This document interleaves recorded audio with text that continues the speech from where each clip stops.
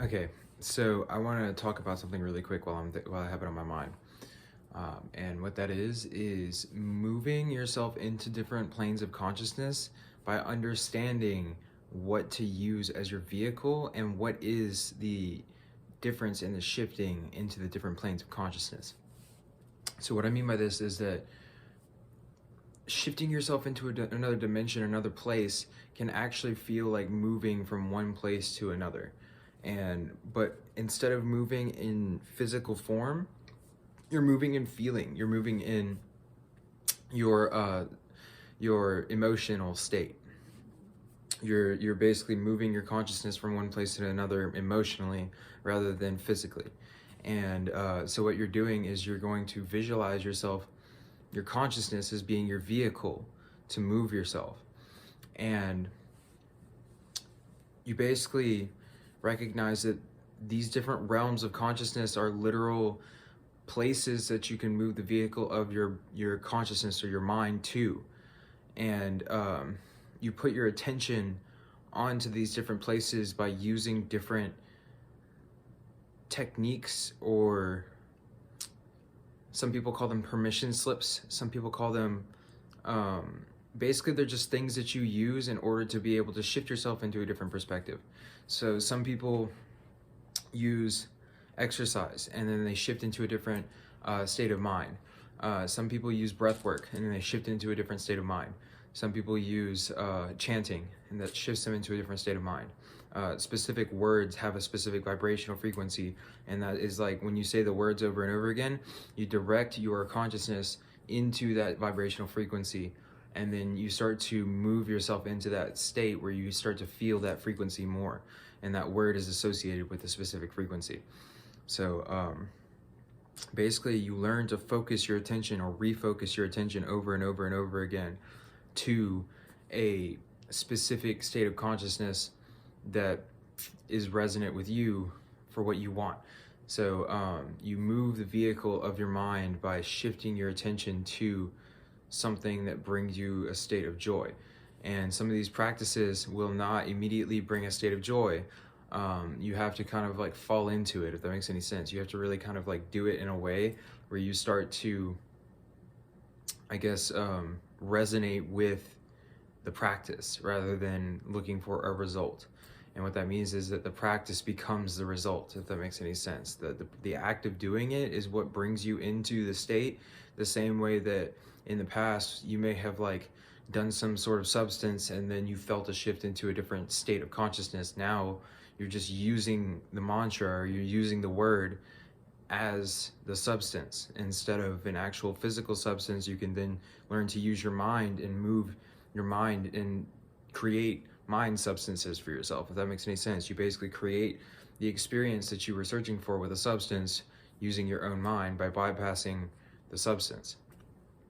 And you recognize that when that substance made you feel something, that was only because you moved into that state of consciousness. That state of consciousness became yours as soon as you moved into it. But as soon as you disidentified yourself and said, oh, I intake something and therefore that makes my experience not real in some sort of way.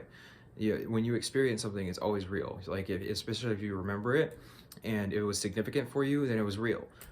Personal experience is real. Like when you experience personal experience, it's the only thing that's really real. Everything else is just mind stuff. It's all mind games. Really the only thing that's reality in this world is what you're experiencing right here. And that also includes what's happening in your mind, and it also includes where you're going in your head and what you're thinking about at that moment. But in the really midst of it, what it is just here-ness. That's all it is. It's just being here and just being present and just kind of like witnessing stuff. And then let me go into another thing really quick, which is the act of witnessing the body playing its parts out without getting attached to either way of karma that comes from that actual doing.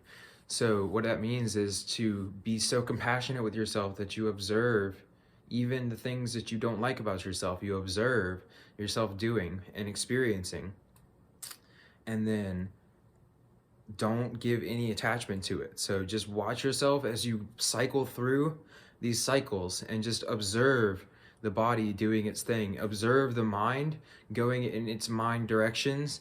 Observe the mind frantically trying to think from one branch to another of what it wants to do, and like feeling the physical sensations that are accompanied with each one of the mind's frantic activities, or to start to feel the connection that is in between the mind's activities and your feelings in your body and your feelings about your surroundings around you, or how the way that you're thinking is actually moving you to manifest yourself into situations and circumstances in your external world that are more resonant with whatever way you're thinking about.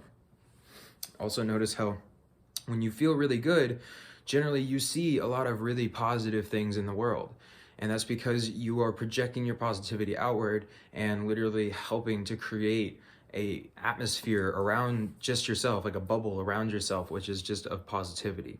And when that happens, then there's kind of almost like this force field, but it's in an opposite direction, meaning like you absorb everything and you just transmit it into love. Because you're sitting in the frequency of love, that means that everything that you perceive is loving. So when you look at something, it becomes loving to you. And since your perspective is really the only thing that's actually real for you, then that thing really becomes loving, meaning like it starts to act loving back to you. Even if it before wasn't something that was loving, it will then start to act that way because your power as a creator, your creation of this moment in this world, this moment right now, the moment that you're creating, like when you become more and more kind of detached from this body and this mind that is here and attached to a source of consciousness that's much more vast, you start to realize that you, not this mind, not this ego, but you as a soul are creating this entire experience in this moment.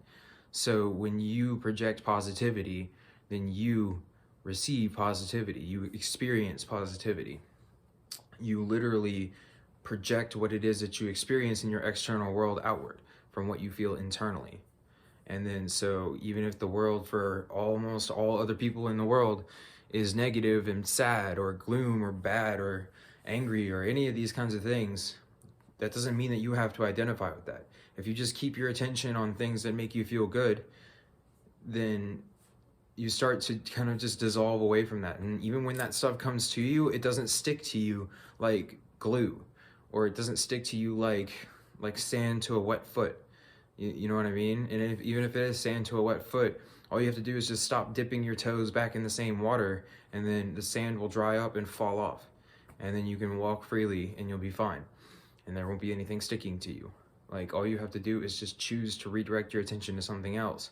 If you're getting annoyed by the wetness of the sand, then stop choosing to dip your foot in the water and then choose to start walking on dry land. Like, this is all metaphor right here, but like this point is a deeper point than what I'm trying to kind of portray through the words. The words are just vehicles for information on a different plane, for information that's coming through on another kind of level, you know? Let me see. Om Mani Padme Hum. I see. Okay, I just wanted to go ahead and make a really quick one about this kind of stuff while I was thinking about it, so just wanted to put this out there really quick. So namaste, and I hope you all have a wonderful rest of your day. I love you all.